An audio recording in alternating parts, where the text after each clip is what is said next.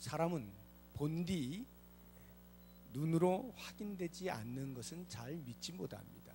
오늘 제가 환우신방을 갔는데 예수님을 이제 아직 알지 못하는 분으로 제가 알고 이제 갔어요.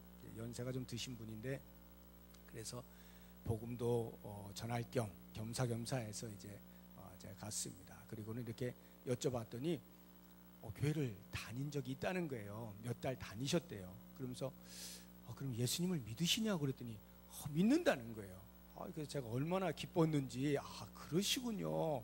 근데 이분이 이제 살 날이 얼마 안 남은 분이라 그렇다고 갑자기 죽음 얘기를 하기도 좀 그렇고, 그래서 이렇게 이제 상황을 잘 이렇게 보다가 혹시나 하고 이제 제가 이렇게 자연스럽게 여쭤봤어요. 그러면 예수님을 믿고 하면은 우리가 이렇게 예수 믿는 사람들은 죽어도 천국 가는 거 아시죠? 그랬더니 누워가지고 천국은 가본 적이 있어야지 이러시더라고요. 본 적이 없다 이 말이에요. 천국을 본 적이 없기 때문에 이거 거짓말은 못 하겠고 이제 그런 이야기예요. 못 믿겠다 이런 말이죠. 제가 그 말씀하시는 것을 들으면서 과연 그렇다, 맞다 하는 생각이 들었어요. 맞다. 안 보이는데 어떻게 믿느냐 이 말이에요. 눈에 확인이 안 되는데, 가본 적이 없는데, 눈으로 본 적이 없는데 천국이 있다 또는 내가 천국 갈 수 있다라는 확신을 어떻게 갖느냐 이 말이에요. 그래서 그분으로서는 당연한 말씀을 하셨다 하는 이런 생각이 들면서 오늘 제가 이제 지난 시간부터 사도신경을 강해를 하고 있지 않습니까? 지난 시간에 나는 믿습니다 할 때 믿음이라는 게 뭐냐라고 하는 것을 제가 말씀을 드렸어요. 믿음이 뭐냐? 혹시 기억나시는 분 계십니까? 제가 믿음을 뭐라고 정의했죠? 많은 정의들이 있지만 믿는다. 그러니까 믿는다. 믿는다를 믿음이 뭐냐라고 할 때 진실에 대한 개인적 헌신이다. 이렇게 제가 말씀을 드렸어요. 기억이 안 나셔야 정상입니다. 그래 제가 또 말을 하니까 믿음이라고 하는, 기독교의 믿음이라고 하는 것은 진실에 대한 개인적 헌신이다. 이렇게 말씀을 드렸는데, 자 그러면 이제 오늘부터 제가 사도신경에 나오는 많은 믿는 내용이 나옵니다. 전능하사 천지를 만드신 하나님 아버지를 내가 믿사오며 그 외아들 우리 주 예수 그리스도를 믿사오니 이는 다 믿는 거예요. 처음부터 끝까지가 전부 다 무엇을 믿는다 또는 누구를 믿는다 또는 누구의 무엇에 대한 것을 믿는다. 이게 사도신경 전체의 내용입니다. 그래서 나는 이것을 믿습니다 라고 하는 그것이 우리의 신앙 고백이다 이 말이에요. 그래서 오늘은 그 첫 번째 시간으로 나는 하나님을 믿습니다 라고 하는 이 부분에 대해서 같이 생각을 해보려고 해요. 이 믿음이라고 하는 것, 이제 하나님도 믿고 예수님도 믿고 성령님도 믿고 또 거룩한 공예도 믿고 교통하는 것도 믿고 예수님이 동정녀 탄생하신 것도 믿고 많은 것을 믿게 되는데, 그 믿음이 과연 무엇인가에 대하여서 체계적으로 우리들에게 가르쳐주는 학문이 조직신학이라고 하는 것입니다. 그래서 이제 오늘부터 이 사도신경을 강의하는 동안 제가 약간은 조직신학적 내용을 여러분들과 함께 이제 나눌 거예요. 그러다 보니까 아무래도 조금은 딱딱할 수가 있어요. 성경을 많이 찾아야 되고요. 그렇구나 이렇게 우리 이성이 계속해서 설득을 당해야 되기 때문에 성경을 계속해서 찾으면서 이렇게 따라 오셔야 이 말씀에 대한 은혜가 있을 수가 있어요.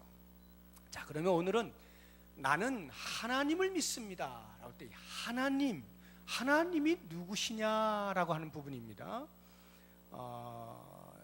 제가 언젠가도 말씀을 드렸는데, 우리가 이제 기독교에서는 언제나 우리가 믿는 그 신을 하나님이라고 이렇게 부르기 때문에 하나님이 그냥 우리는 자연스럽게 하나님 이렇게 하지만 사실은 하나님이라는 그 단어의 뜻 자체는 신이라는 뜻입니다. 신. 신, 하나밖에 안 계신 님, 신 이런 의미예요. 이제 가톨릭은 하느님 이렇게 이야기하죠. 하늘에 계신 님, 그것도 역시 신을 말하는 것입니다. 그러면 기독교도 신을 믿고 또 어떤 종교도 신을 믿지 않습니까? 신을 다 믿어요. 종교들은 신을 믿는데, 그러면 기독교의 신은 무엇라 부르느냐라고 할 때 우리는 늘상 하나님하고 통상적으로 불렀기 때문에 하나님인 것으로 알지만, 하나님은 신이라고 하는 일반적 그 명사고, 기독교의 신은 여호와 하나님이에요. 정확히 하면 여호와 하나님을 우리가 믿는 것이에요. 근데 이제 여호와 하나님을 그냥 우리는 그냥 하나님 이렇게 해서 이해를 하고 있는데요. 그럼 오늘 나는 하나님을 믿습니다 라고 할 때 그 하나님은 물론 여호와 하나님이죠. 우리는 이제 기독교인으로서 고백하는 여호와 하나님이지만, 신을 믿습니다 이 말에 쉽게 이야기하면 나는 신을 믿습니다. 신을 믿는다는 말은 신이 계시는 것을 믿는다 이 말입니다. 자, 그러면 과연 신이 계시다는 것을 우리가 어떻게 알 수 있느냐라고 하는 것입니다. 크게 하나님께서 우리에게 두 가지 방법으로 신이 계시는 것을 알려주셨어요. 그 두 가지 방법 중에 하나를 흔히 선천적 지식이라 이렇게 말해요. 선천적이라고 하는 것은 본래적으로 우리의 내면에 감각적으로 알게 되어지는, 하나님께서 감각 속에 심어 놓으신 그러한 지식을 가리켜서 선천적 지식, 또는 조금 어려운 말로는 본유적 지식 이렇게 이야기를 합니다. 자, 이 선천적 지식이라고 하는 것은요, 하나님께서 우리의 내면 감각을 통하여서 알게 하셨다, 하나님이 계시다라고 하는 것을 알게 하셨다라고 하는 것인데, 과연 그러한가라고 하는 것, 이것을 제가 그냥 이렇게 이야기해 가지고는 안 되잖아요. 성경이 그 말을 하고 있는지를 우리가 봐야 되죠. 그래서 지금부터 이제 부지런히 성경을 이제 찾으시는 거예요. 로마서 1장.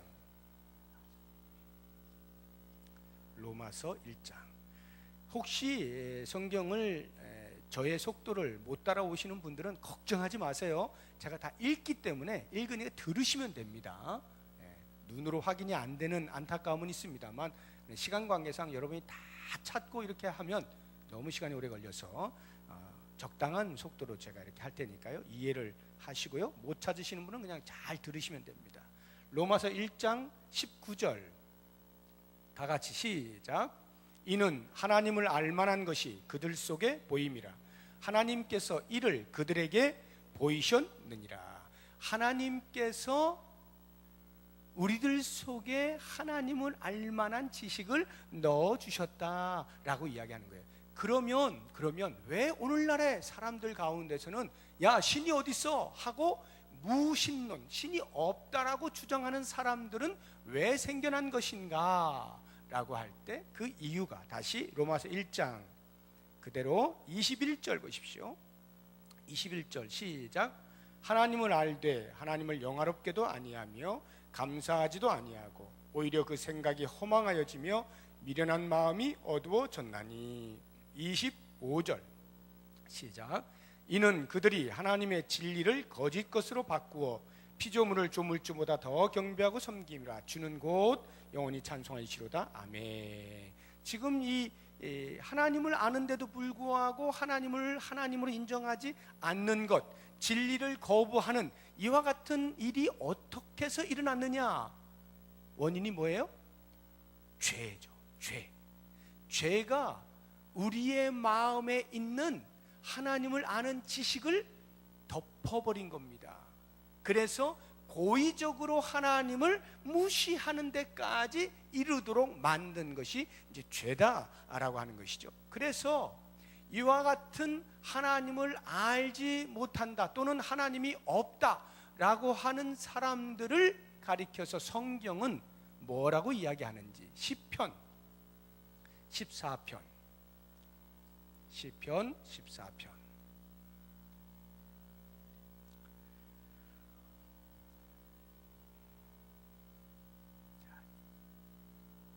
시편 14편 1절입니다. 시작. 어리석은 자는 그의 마음에 이르기를 하나님이 없다 하는도다. 그들은 부패하고 그 행실이 가증하니 선을 행하는 자가 없도다. 자, 하나님이 없다 하는 자를 뭐라고 말했어요 지금?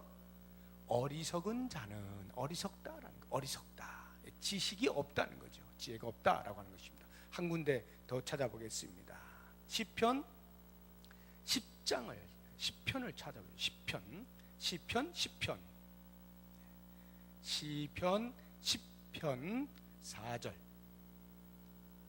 4절 시작.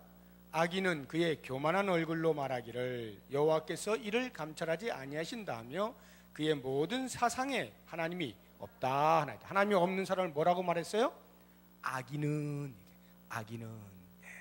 하나님을 없다 하는 자를 지식이 없는 어리석은 자 또는 하나님께 대하여 불의를 행하는 악인이라, 이렇게 이야기를 하고 있는 것입니다. 자, 그렇다고 한다면 우리는 어떻게 하나님을 알 수 있게 되었는가라고 할 때, 죄로 말미암아 덮여져 있던 그것이 성령의 역사로 우리의 그 무뎌진 마음의 감각을 되살아나게 하는 거예요. 감각 속에 하나님께서 당신의 계심을 심어놓은 그것을 성령께서 우리를 다시 되살아나게 만들어서 하나님을 인식하게 만들었다라고 하는 것이죠. 그렇기 때문에 하나님을 부인하게 만든 그 죄의 실체를 깨닫게 될 때 그 죄에 대하여 우리는 어떻게 합니까? 회개를 하는 거죠. 철저하게 회개하는 거예요. 하나님을 보지 못하게 만들었던, 우리의 마음을 덮었던 그 죄의 실체를 깨닫게 될 때 눈물 콧물 다 쏟는 거죠. 그래서 하나님 앞에서 엉엉거리는 거 아니에요? 왜 제가 전에는 하나님을 알지 못했을까요? 왜 제가 전에는 하나님을 배반하는, 하나님을 욕되게 하는 그런 일들을 했을까요? 하고 자신의 삶에 대하여 철저하게 눈물을 흘릴 수밖에 없는 거예요. 죄의 거풀을 벗기고 나니까 하나님의 계심을 분명히 알겠거든요. 성령께서 깨닫게 하시거든요. 그러니까 그 하나님께 대하여서 자신의 잘못에 대하여 철저하게 회개할 수밖에 없는 것이죠. 자, 이와 같이 하나님을 어떻게 하느냐라고 할 때 그 선천적 지식이라고 하는 것은요, 그냥 가만히 있는데 저절로 알게 되어지는 그런 선천적 그런 지식이 아니라, 이 선천적 지식이 죄로 인하여서 묻혀져 있단 말이에요. 덮여 있단 말이에요. 그런데 그것이 계시를 만나는 순간, 계시를 만나는 순간 죄의 꺼풀이 벗겨질 때 거기에서 자연스럽게 하나님을 아는 지식이 성장한다라고 하는, 이것을 가리켜서 선천적 지식이라 이렇게 이야기를 하는 거예요. 그 선천적 지식 때문에 하나님이 계시다고 하는 것을 알 수 있다라고 하는 것이고, 그 다음 이제 중요한 것이 이런 선천적으로 하나님께서 하나님의 형상대로 지음받은 사람의 내면에다가 새겨놓은 그 지식이 있는가 하면, 그 다음 우리 인간들이 후천적으로 획득되는 지식이 있어요. 획득되는 지식을 통하여 하나님이 계시다라고 하는 것을 알 수 있다라고 하는 것인데, 이 획득되는 것은 무엇을 통하여서 획득이 되느냐? 첫째가 일반 계시인 자연 만물을 통하여, 특별 계시인 하나님의 말씀을 통하여, 그리고 그 계시의 현현, 계시가 직접 육체의 몸을 입고 오신 예수 그리스도를 통하여서 하나님의 존재를 알 수 있게 되는 것입니다. 자, 이 자연 만물 속에서 하나님 계심을 어떻게 알 수 있는가? 다시 한번 로마서로 또 빨리 가보시기 바랍니다. 로마서 1장 20절. 로마서 1장 20절 시작. 창세로부터 그의 보이지 아니하는 것들 곧 그의 영원하신 능력과 신성이 그가 만드신 만물에 분명히 보여 알려졌나니 그러므로 그들이 핑계하지 못할지니라. 하나님의 능력과 하나님의 신성이 하나님께서 만드신 자연 만물 속에 분명하게 드러나고 있다 이 말이에요. 그래서 우리가 산에 등산을 한다든지 뭐 이렇게 하다 보면 도저히 인간으로서는 어떻게 해놓을 수 없는 신비한 어떤 모습들을 볼 때에 저절로 감탄이 되지 않습니까? 그러면서 하나님을 신뢰하지 않는, 하나님이 계시다라고 말하지 아니하는 사람들은 이게 어떻게 생겨났을까에 대해서 엉뚱한 방향으로 연구를 하는 거죠. 근데 우리는 어떻게 해요? 보는 순간 금방 알지 않습니까? 야, 하나님이 이렇게 만드시다. 그냥 자연 만물 보는 순간 그냥 알게 돼요. 왜? 하나님께 그 자연 속에 하나님의 능력과 신성을 심어 놓으셨기 때문에 그런 것입니다. 그래서 사도행전 14장을 보시게 되면, 사도행전 14장을 보시게 되면 사도 바울이 이제 전도하는 중에 루스드라에서 안전뱅이를 고쳐주니까 사람들이 막 신이라고 바울과 바나바를 섬기려고 하지 않았어요? 그때에 바울이 하는 이야기를 우리가 한번 같이 보죠. 사도행전 14장 16절 17절 2절 시작. 하나님이 지나간 세대에는 모든 민족으로 자기들의 길들을 가게 방임하셨으나 그러나 자기를 증언하지 아니하신 것이 아니니 곧 여러분에게 하늘로부터 비를 내리시며 결실기를 주시는 선한 일을 하사 음식과 기쁨으로 여러분의 마음에 만족하게 하셨느니라. 하늘의 비를 누가 내리셨다고요? 하나님께서. 추수를 누가 하게 하신다고요? 하나님께서. 이 모든 자연 만물의 이치를 하나님께서 다 운행하신다, 이렇게 말씀을 하고 있는 거죠. 더 정확하게 시편 19편 가보십시오. 시편 19편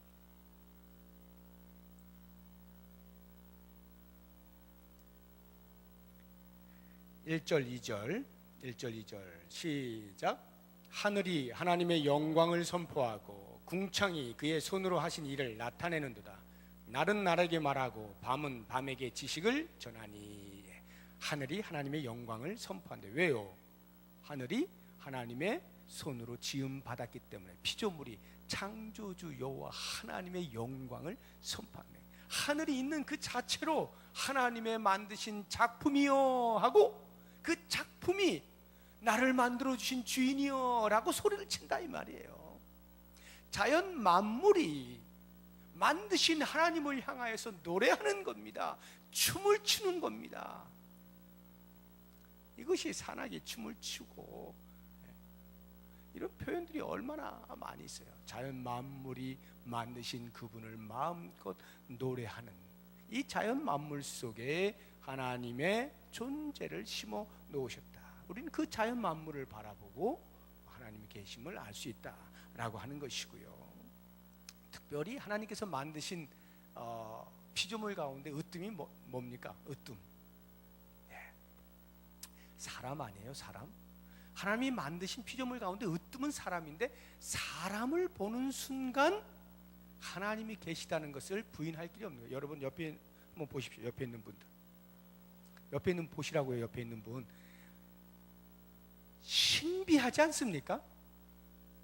물론 뭐 늘 보는 분 뭐 아유 내 아내 내 남편 뭐 아유 저 사람, 근데 가만히 뜯어보면요, 야 어떻게 이렇게 만들어질 수가 있을까? 여러분 제가 지금 이 시계 하나를 봐요. 이 시계 하나가 여러분들은 이건 뭐 당연히 누가 만들었으니까 시계가 있지 그렇게 생각하죠?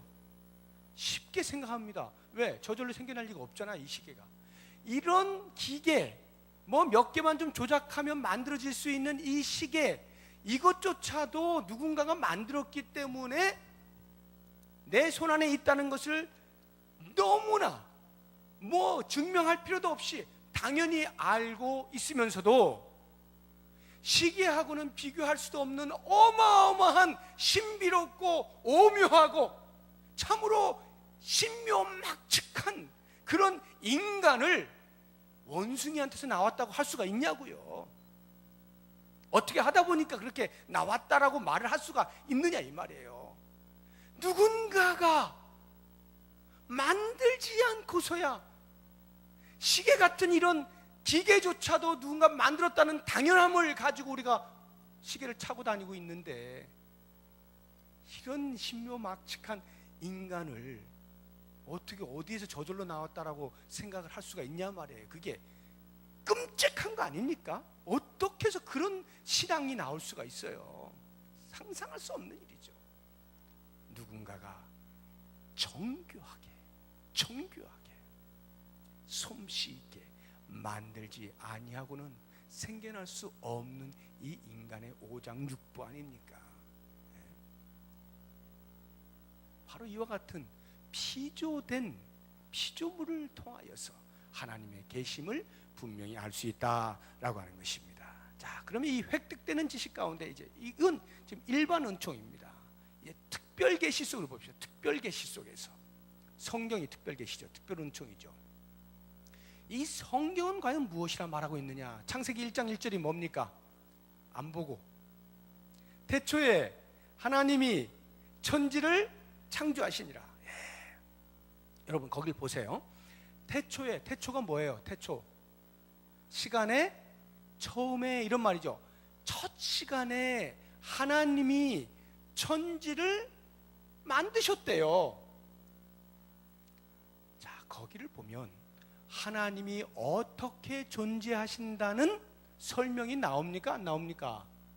하나님은 이렇게 해서 계신 분입니다 라고 얘기를 하지 않아요. 왜? 이미 하나님은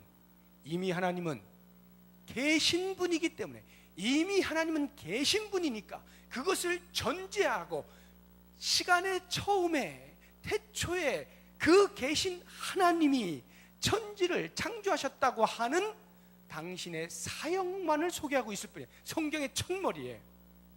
아니 그러면은 하나님이 도대체 어떻게 계셨느냐고요? 그게 궁금하다니까요? 라고 생각들을 해야 정상입니다. 아니 그래서 하나님이 어떻게 계셨냐고요? 그 답을 위해서 또 다른 태초가 나옵니다. 요한복음 1장 1절을 보시면 안 차셔도 돼요. 요한복음 1장 1절을 보면 똑같은 태초가 나옵니다. 태초에 그건 약간 달라요. D가 뭐라 그래 돼 있어요? 말씀이 계시니라 이렇게 돼 있어요. 태초에 말씀이 계시니, 여기 요한복음 1장 1절에 나오는 태초는 창세기의 태초하고는 비교가 안 되는 태초예요. 똑같이 우리나라 말로는 태초라고 썼지만 굳이 우리 인간의 그 시간 개념 속에서 이야기를 하자면 창세기의 태초는 시간이 만들어질 때의 태초예요. 처음 시간이 이 인간 역사 속으로 들어올 때 그 태초입니다. 요한복음 1장 1절에 태초에 말씀이 계시니라 할 때 그 태초는 그 시간이 만들어지기 훨씬 이전, 우리 개념으로 훨씬 이전, 시간이 없을 때, 하나님이 시간을 만드시기 전 그때를 말하는 거예요. 그 이야기는 이미 하나님은 스스로 계신 자다라고 하는 것이죠. 시간 개념을 넘어서시는 하나님이 태초에 말씀이 계시니라, 그 말씀이 하나님과 함께 계셨으니 그 말씀은 곧 하나님이시니라. 이게 요한복음 1장 1절이에요. 태초에 말씀이 계시니라, 말씀이 하나님과 함께 계셨는데 그 말씀은 곧 하나님이시다. 그러니까 하나님은 시간이 만들어지기 전에도 이미 어떤 분이시다? 계신 분이다 이 말이에요. 계신 분이다. 그래서 모세가 하나님의 명령을 받고 이스라엘 백성들을 애굽에서 출애굽시키려고 할 때, 아니 하나님 그 백성들이 도대체 누가 너를 보냈느냐라고 말하면 제가 뭐라고 대답을 해야 됩니까? 그때 하나님이 뭐라 그래요? I am that I am. 나는 나야. 나는 스스로 있는 자야. 이렇게 이야기해라. 가서. 그게 뭐예요? 전능하신 하나님, 시간과 공간을 초월하시는 하나님, 내 마음대로 역사를 움직일 수 있는 그런 분으로 그들에게 가서 소개하라 이 말이에요. 하나님은 그냥 스스로 계시는 분이에요. 그걸 자존이라 해요. 스스로 계시는 분이에요. 얼마나 놀랍습니까? 성경이 그것을 우리에게 증명하고 있다 이 말이에요. 자, 그렇다고 하면 가장 확실한 하나님이 어떤 존재이신가, 하나님은 과연 계시느냐라고 할 때 가장 확실하게 우리들에게 보여주신 것이 그 계시의 말씀이 어떻게 이 땅으로 오신 거죠. 그래서 요한복음 1장 14절에 보면 뭐라고 돼 있어요? 말씀이 뭐가 돼요? 육신이 되어 우리 가운데 거하심에, 이렇게 나오죠. 말씀이 육신이 되어 우리 가운데 거하심에. 하나님의 말씀, 그 말씀 곧 하나님이신데 그 하나님이 육신이 됐대. 육신이 된 자가 누구예요? 예수 그리스도. 예수 그리스도, 하나님께서 예수 그리스도 그 몸으로 이 땅에 오셔서 당신을 현현 보여주셨다 이 말이에요. 직접 보여주셨다 이 말이에요. 그래서 사람들이 하나님이 어디 계시냐, 하나님이 어디 계시냐라고 할 때, 제자들이 하나님이 어디 계실까요? 라고 할 때 예수님이 뭐라 그러셨어요? 야, 왜 하나님이 어디 계시다라고 말하냐? 너희가 보고 있는 내가 곧 하나님이다. 나를 보았느냐? 그러면 곧 하나님을 뵌 것이다. 한번 찾아볼까요? 요한복음 14장. 요한복음 14장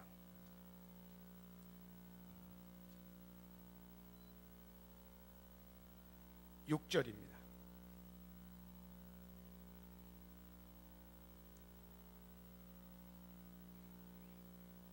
요한복음 14장 6절에서 9절까지 시작. 예수께서 이르시되 내가 곧 길이요 진리요 생명이니 나로 말미암지 않고는 아버지께로 올 자가 없느니라. 너희가 나를 알았더라면 내 아버지도 알았으리로다. 이제부터는 너희가 그를 알았고 또 보았느니라. 빌립이 이르되 주여 아버지를 우리에게 보여주옵소서. 그리하면 족하겠나이다. 예수께서 이르시되 빌립아 내가 이렇게 오래 너희와 함께 있으되 내가 나를 알지 못하느냐? 나를 본 자는 아버지를 보았거늘 어찌하여 아버지를 보이라 하느냐. 보세요. 예수님, 우리가 하나님을 보면 참 좋겠어요. 하나님을 볼 수만 있다면 그냥 더 이상 우리가 고민할 필요도 없고 그냥 끝내주게 믿을 텐데요. 그때 예수님이 뭐라 그래요? 네가 이미 나를 보았는데 무슨 하나님을 또 보이라 하느냐. 나를 본 거로 이미 하나님을 본 것이다. 말씀이 육신이 되었어요. 그 말씀이 뭐라고요? 하나님과 함께 계셨는데 그 말씀이 곧 하나님이시라고요. 그 하나님이 육신이 되어 예수 그리스도로. 그래서 이제 삼위일체 이야기도 나오는데 그건 이제 여러분들이 너무 어렵기 때문에 하나님을 우리가 어떻게 하나님의 존재를 알 수 있느냐. 이렇게 예수 그리스도 역사적 인물, 역사 속으로 들어오심을, 인간의 역사 속으로 들어오신 그 계시의 현현을 통하여서 우리 하나님이 계시는 것을 분명히 알 수 있다라고 하는 것입니다. 자, 그렇다고 하면 이제 이렇게 하나님의 존재를 우리가 다각도로 알았다라고 할 때 그 하나님은 과연 어떤 분이시냐, 하나님은 과연 어떤 존재시냐, 이 부분에 대하여서 많은 이야기를 할 수 있습니다만 제가 아주 굵직하게 두 가지만 이야기할게요.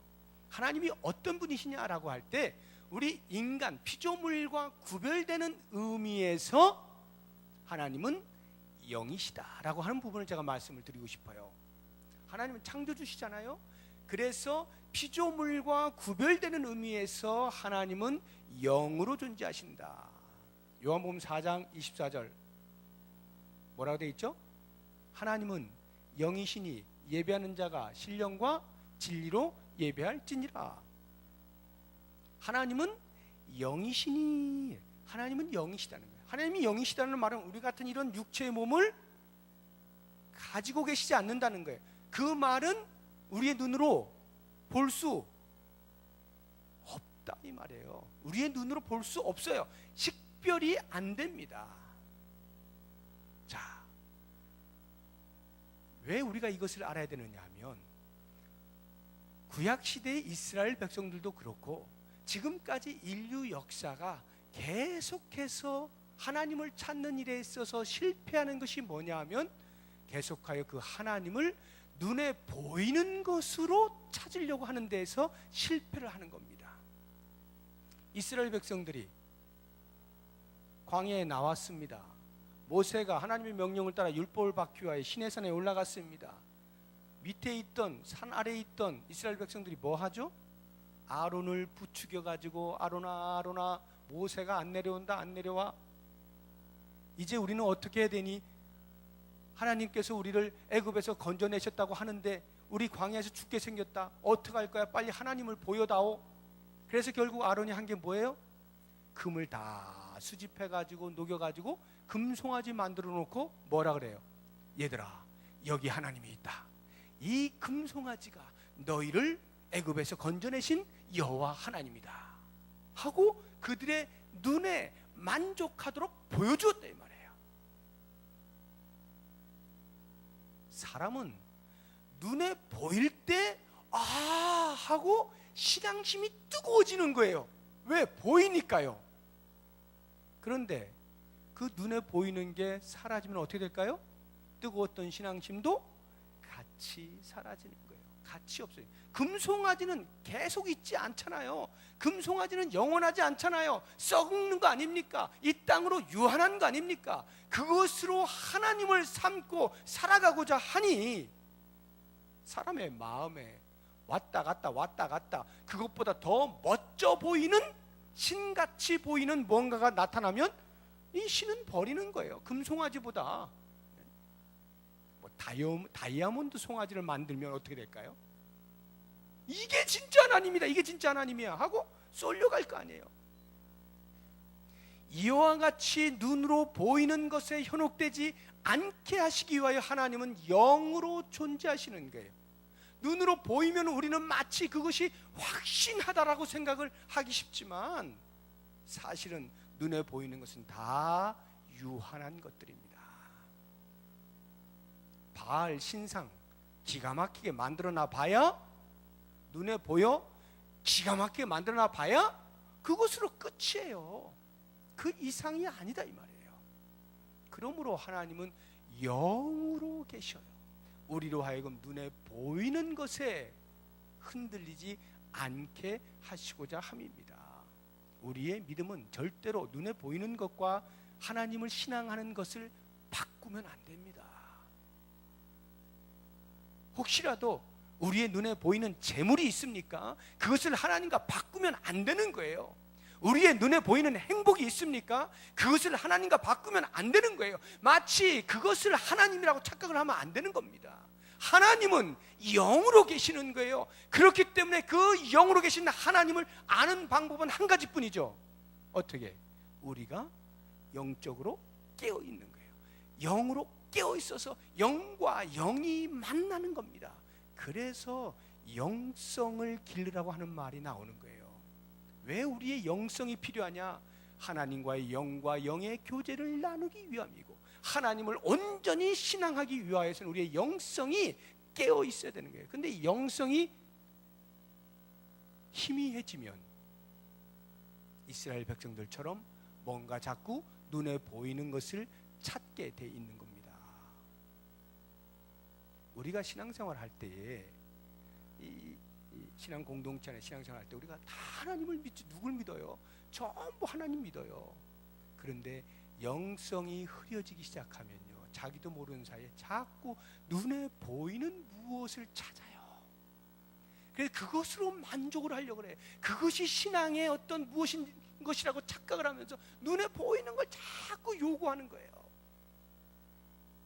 정작 하나님은 영으로 계셔서 우리와 영과 영으로 만나길 원하시고 교제하길 원하시고 깊은 연합을 원하시고 계시는데 그 영성을 개발할 생각을 하지 아니하고 자꾸 눈에 보이는 그 무엇을 쫓아가다 보면 하나님은 계시지 않고 헛된 것을 붙잡고 헛된 삶을 살 수밖에 없게 된다라고 하는 것입니다. 그러므로 하나님은 영으로 계신다라고 하는 이 사실을 꼭 기억하시고 우리의 삶에서 다른 그 무엇보다도 그 영이신 하나님과의 교제를 위하여 나의 영성의 촉각을 곤두세우고 하나님과의 그 교제를 위한 안테나의 그 주파수를 잘 맞춰두는 이것이야말로 가장 복된 삶을 살 수가 있는 거예요.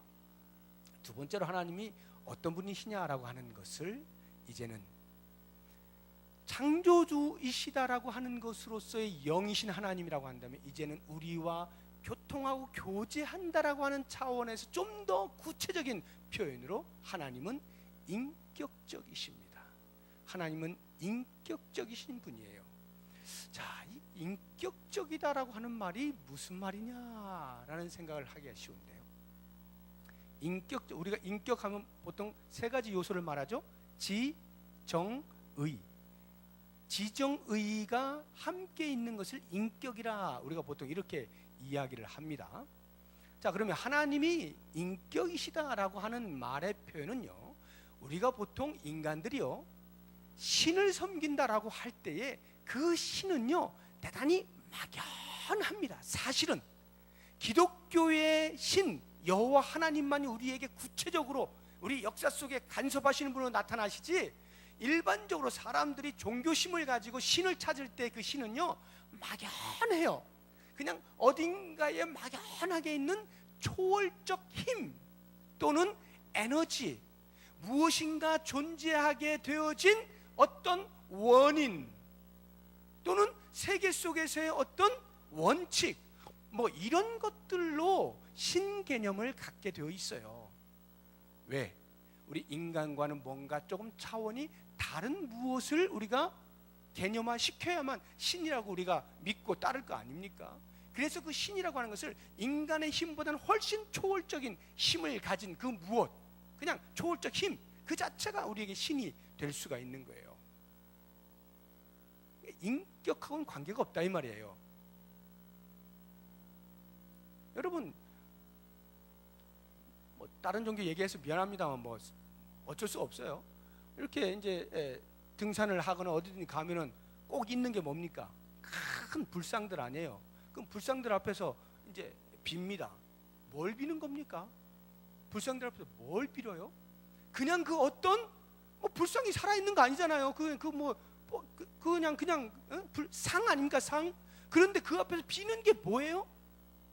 그 무엇인가 초월적 힘 앞에서 내가 빌음을 통해서 그 힘이 나에게 좀 이렇게 전가되지 않을까? 막연한 이런 기대감이에요. 그러니까 신이 나와 인격적인 교제를 나누는 것에 대한 어떤 그런 기대감을 가지고 섬기는 사람은 없어요. 기독교를 빼고는. 우리가 섬기는 여호와 하나님은 인격이시라고요. 우리와 동일하게 감정을 가지고 계셔요. 그래서 성경을 보세요. 그 하나님의 그 감정들이 얼마나 다양하게 나타나고 있습니까? 함께 울기도 하시고 책망도 하시기도 하고 질투도 하셨다가 이것들이 하고 징계도 내리셨다가 아이고 이놈들아 하고 품기도 하셨다가 모든 감정들이 다 나타나고 있지 않습니까? 이런 신이 어디 있어요? 다른 종교 이런 신이 어디 있냐고요? 우리 하나님은 인격적이셔요. 왜요? 우리와 교제하시는 것을 목적하시기 때문에 그래요.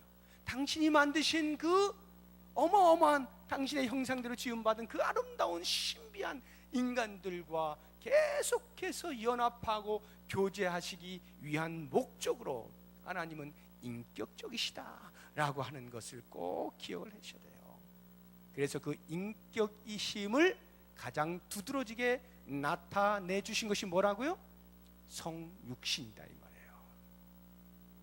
예수 그리스도를 통하여 그 인격되심을 직접 우리에게 보여주신 거죠. 자, 여러분, 이제 오늘 하나님의 존재를 어떻게 알 수 있느냐라고 하는 이 부분과 하나님은 과연 어떠한 존재이시냐라고 하는 부분을 제가 말씀을 드렸는데, 그러면 이제 오늘 이제 본문의 말씀을 보세요. 결론의 말씀을 제가 드릴게요. 다시 히브리서 11장 6절을 보시게 되면 이렇게 표현하고 있죠. 믿음이 없이는 하나님을 기쁘시게 하지 못하나니 하나님께 나아가는 자는 반드시 그가 계신 것과 반드시 그가 계신 것을 믿어야 됩니다. 그리고 또한 그가 자기를 찾는 자들에게 상 주시는 이심을 믿어야 한다는 건데요. 자, 이 말씀을 주의 깊게 봐야 돼요. 믿는다는 걸 제가 처음에 정의해 드렸죠. 믿음이 뭐라고요? 믿음이 뭐라고요? 진리에 대한 개인적 헌신이라 했어요. 뭐에 대한? 진리. 진리가 뭐예요? 가짜가 아니다. 진짜 이 말이죠. 진리에 대한. 자, 여기 지금 히브리서 11장 6절에 보면은 믿음이 없이는 하나님을 기쁘시게 하지 못하는데, 믿음이 있는 자는 뭘 믿어야 된다고요? 하나님이 계신 것을 믿으라는 거예요. 그랬을 때 우리의 마음 가운데 하나님이 계시다. 그래, 하나님이 계시다. 하나님 계신 걸 믿자. 믿음이라고 하는 것은 우리가 이렇게 착각을 할 수가 있다 이 말이에요. 계시든 안 계시든 아무튼 하나님이 계시다고 믿어버리자. 믿자. 그냥 믿으면 계시게 되겠지. 이게 아니다 이 말이에요. 믿음이라고 하는 게 안 계시는 하나님을 우리의 믿음을 통하여 계시는 하나님으로 둔갑시키는 그것을 위하여 사용되는 게 믿음이 아니다 이 말이에요. 믿음은 진리에 대한 개인의 헌신이에요. 진리, 하나님이 살아계시다는 진리, 그 진리에 대한 개인적 헌신을 위하여 존재하는 게 믿음이라는 거예요. 내가 하나님을 믿습니다라고 하는 것은 안 계신 하나님을 내 믿음을 통하여 계시게 만드는 것이 아니라 계시는 하나님, 그 진리에 대하여 나의 개인적 헌신을 믿음에 담아서 표현한다 이 말이에요. 이게 믿음이에요. 이게. 나는 하나님을 믿습니다 라고 할 때는 그 하나님의 살아계심에 대하여 내가 개인적으로 무릎을 꿇었습니다. 굴복합니다. 항복합니다. 그렇습니다 하나님. 이게 믿음이라 이 말이에요. 그리고 또 한 가지, 그가 계신 것과 그가 자기를 찾는 자들에게 상 주시는 이심을 믿어야 할지니라. 하나님은요, 우리가 하나님의 그 살아계심을 믿음이라고 하는 것을 통하여 우리가 굴복했어요. 하나님 살아계시군요. 이렇게 했어요. 그래서 그 하나님을 찾아요. 우리가 하나님 앞으로 나아가요. 그러면 하나님은 그 모습을 보고 야, 네가 왔어 하고 우리들에게 뭘 주신다? 상을 주신다 이 말이에요. 상을 주신다 이 말이에요. 그 믿음을 귀하게 여기고 어여삐 여기고 뭐 당연한 건데, 살아계신 하나님을 우리가 믿습니다라고 하는 게 뭐가 그게 대단한 거예요. 당연한 건데도 불구하고 하나님은 그렇게 자기를 찾는 자들에게 상을 주신다 이 말이야. 그것을 우리가 어떻게 믿음의 눈으로 바라볼 수 있어야 한다라고 말을 하고 있는 것입니다. 사탄이 고린도서 4장 4절에 보면 우리의 마음을 혼미하게 해가지고요, 복음의 광채가 우리 안에 들어올 때 그것을 바라보지 못하게 만든다는 거예요. 그런데 우리는 어때요? 그 복음의 광채를 받아들인 사람들이잖아요. 뭘로? 믿음으로. 그러니 이게 얼마나 놀라운 복이에요. 얼마나 놀라워요. 사람들은요, 마음이 미혹되어 가지고 혼미해져 가지고요, 사탄이 이렇게 막 방해하니까 거기에 의해서 복음의 광채를 받아들이지 못하고 있는 그 마당에 성령의 역사를 통해서 우리에 있는 모든 죄의 덮개를 다 벗겨주시고 하나님의 살아계심을 알게 하시고 그 하나님 앞에 나와서 모든 죄를 토로하게 만들고 하나님의 살아계심을 온전히 인정할 수 있도록 만드는 이것, 이게 믿음일 때 그 믿음이 나에게 있다는 것은 더 이상의 선물이 없는 거예요. 그래서 우리는 오늘 말씀을 마치면서 이 질문을 던지는 거죠. 나는 하나님을 믿는가? 하나님을 신실하게 믿는 당신의 백성들에게 상 주시는 하나님을 믿는가? 그래서 나는 그 하나님으로 인하여 기뻐하며 감격하며 그 하나님을 외치고 있는가? 이 부분에 대해서 오늘 말씀으로 깊이 도전을 받으시고 새로운 믿음의 여정을 걸어 나가실 수 있도록 주의 이름으로 축복합니다.